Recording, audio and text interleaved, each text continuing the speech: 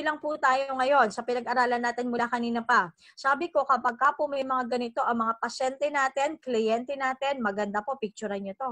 Oo. So, kung meron kayong pang-picture dyan, nako, maganda po, picturean nyo po ito para kayo merong copy. No? So, patient's condition not to take products with longevity polyphenols but can take complete. I-discuss ko na po ito sa inyo kanina, di ba? So, yung mga buntis, nagpapasuso, mabaing may mga problema sa kanilang reproductive system. Pag sinabing reproductive system, kabilang po dyan ang breast, vagina, cervix, uterus, fallopian tube, ovary.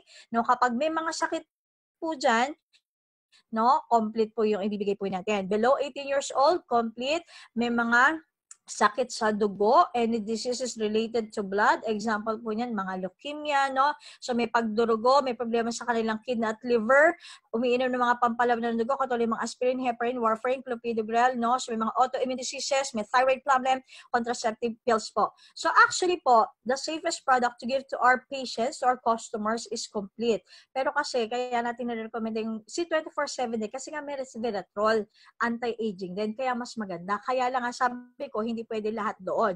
Kaya ikaw, pagka ikaw may nakakita ng customer, pasyente na meron kahit isa man po, kahit isa man po dito sa mga sinasabi ko na to, automatic complete na ibibigay mo. No? So, ang next question po natin, okay po ba yung atay at bato nila? Paano natin malalaman kung okay ang atay at bato nila? Kasi doon po tayo magbabase kung sila'y pwede pang uminom ng madami ng produkto po natin.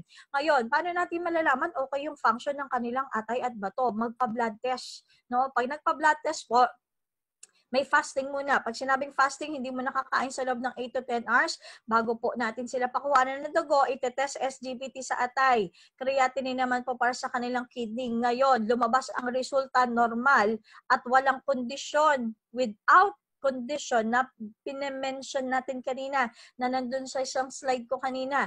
Pwede po natin silang rekomendahan ng C24/7 at lahat ng product. Again, nagpa-test ng atay at bato, normal, result, walang kondisyon sa mga pinapatanong natin, pwede po magrekomenda ng C24/7 at lahat ng product. Ngayon, paano po ito inumin? Maximum 1 capsule, 1 capsule hanggang 3 times a day. Bakit po iba-iba? No? So, 30 minutes before meal or 2 hours after meal. Bakit po iba-iba? Pagka po tayo nire-recommend ng product, question sa'yo ng customer, paano ko inumin yan? Ilang beses sa isang araw? Pag sinabi mo isa lang iinumin. Pero kung ikaw may budget po, pwede ka uminom ng 2 sa isang araw para mas healthy ka. Pero kung kaya niyo po ng 3, nako, mas lalong healthy ka, mare. Kaya mas maganda. Kung kaya mo naman, nako, uminom ka ng 3 sa isang araw. May nakilala pa nga po ako nung isang training ko, walang sakit Imagine nyo, iniinom daw ng C24/7 siyam sa isang araw. Walang sakit, gusto lang kasi maging healthy, mapera. O, diba? So, pero pagka po may mga sakit, karamdaman, pwede pong uminom na mas madami. Kasi nga, syempre, kapag ikay may sakit, mas madami dapat lumalaban doon sa sakit mo. Kaya kailangan mo na mas madaming antioxidants, no? So, pwedeng 2 sa umaga, 2 sa tanghali, 2 sa gabi. Pero pag may mga buccal cyst cancer, nako, mas kailangan mas madami yan kasi mas grabe yung sakit nila. So, 3 sa umaga, tanghali at gabi. Ngayon, pagka po iinom agad ng 3, ng 6, ng 9, nako, pakimonitor lang po yung katawan, kakayanin po ba nila? Bakit po? Kasi may mga ilang tao kapag po uminom agad na madami, minsan nahihilo, nasusuka, nagpapalpitate, o may mga ilang reaksyon na hindi maganda sa katawan nila. Pagka po nagkaroon ng ganong reaksyon, ibig sabihin hindi nila kayang uminom agad ng madami. So, ang gagawin po natin ganito, no? So, sa unang linggo po ng pag-inom, once a day lang. Sa pangalawang linggo, 2 times a day. Pangatlong linggo, 3 times a day.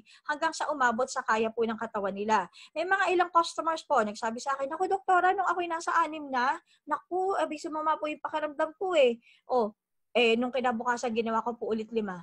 Okay po ulit ako. Ibig sabihin ng kaya po ng customer natin ay hanggang 5 lang. May mga ganun po, no? So, ngayon, again, kapag uminom ng madami, wala namang naramdamang kakaiba sa katawan nila at normal pa rin, pwede pong idire-diretso na yung pag-inom ng madami. No? Ngayon, ang pinag-uusapan po natin dito, normal ang resulta ng atay at bato sa kanilang blood test. at walang kondisyon sa pinapatanong ko. What if yung resulta hindi normal? Anong hindi normal? Mataas. O di syempre may problema sa bato at atay, ano ipapainom natin? Complete po. Pero sa mga pasyente na mayroong mataas na creatinine at SGPT, hindi po pwedeng uminom agad ng madami. Once a day lang po tayo magsisimula.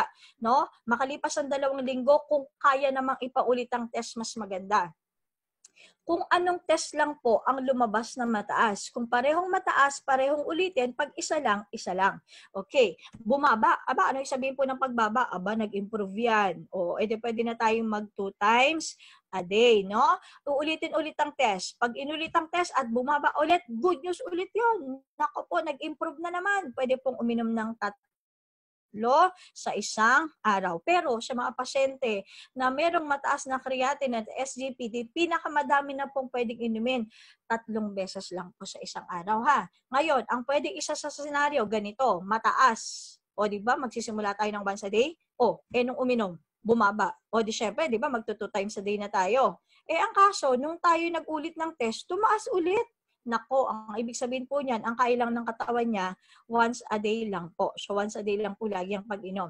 So, pag may mga ganitong sitwasyon naman, mataas, saka palang bumaba, once a day. Pero pag tumataas, hindi po bumababa, no? Ang kanilang blood tests. Ibig sabihin po nun, sobrang problemado na po yung atay at bato nila, hindi po yung product natin ang may problema. Kaya po ang rekomendasyon natin, i-stop na po yung paggamit ng complete. Abay, syempre, malulungkot yan.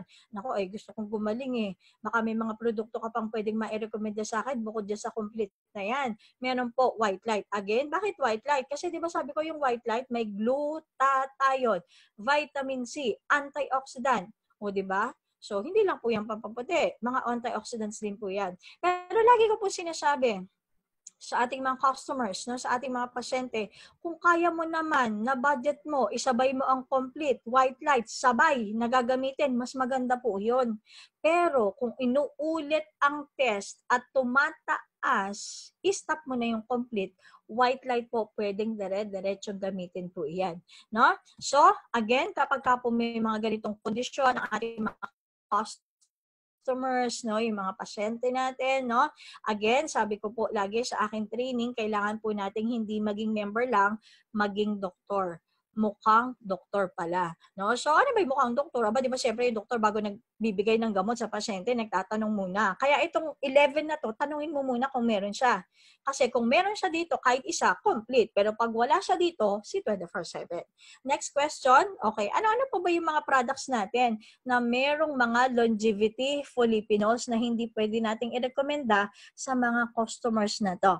Okay, ano-ano po ba yung mga products na meron tayong mga longevity polyphenols? Ayan, C24/7, Restore Life, Burn Products, Perfect White, tsaka po Vidamax. Kaya po, kapag may mga ganito ang ating mga customers, no? So, wag mo ring i-recommenda ang mga product na to. So, hindi po kasi po pwede po sa kanila. No? So, again, sabi ko nga po, tayo po ay kailangang maging mukhang doktor, maging MD po tayo para po tamang rekomendasyon na mabigay natin. Next question, lagi nakapag-decide ka na, ano bang product ibibigay ko? Naka-decide na ako, si 24/7 complete. And ang next tanong, gaano ba kadami ibibigay ko sa pasyente na to, sa customer na to? Aba, dapat alamin mo, kung normal yan, pwede uminom ng madami. Ngayon, kapag may problema sa kidney at liver, maximum hanggang 3 lang sa isang araw ng complete, 'di ba? Pag may problema sa kidney at liver, pero pag normal naman, pwedeng si 24/7, no? So, kapag may mga sakit, hanggang 6, pag may mga cancer, hanggang 9. Ang Restore Life, maximum po, 2 lang sa isang araw, ha? Kaya po, pagka ang customer mo, pinapainom mo na ng C24/7 ng 8, huwag mo nang painumin ng Restore Life. Kasi nga, sabi ko kanina, ang isang Restore Life, katumbas ng C24/7, 4, no? So, again, 30 minutes before meal or 2 hours after meal. Para sa mga pasyente, mga buntis, nagpapasuso, okay, ano pwede sa kanila lamang? Complete Colidus may choco, no? So, para sa may mga cardiovascular diseases, no? So, may mga blood thinning effects sila na iniinom, no? May mga blood thinners, aspirin, clopidogrel, mga warfarin, heparin, no? So, pwede pong complete Colidus sa kanila. Pero pag wala namang iniinom, pwede po natin i-recommend si 24/7 Restore Life at Coledus. So, ang training po natin so far ngayon,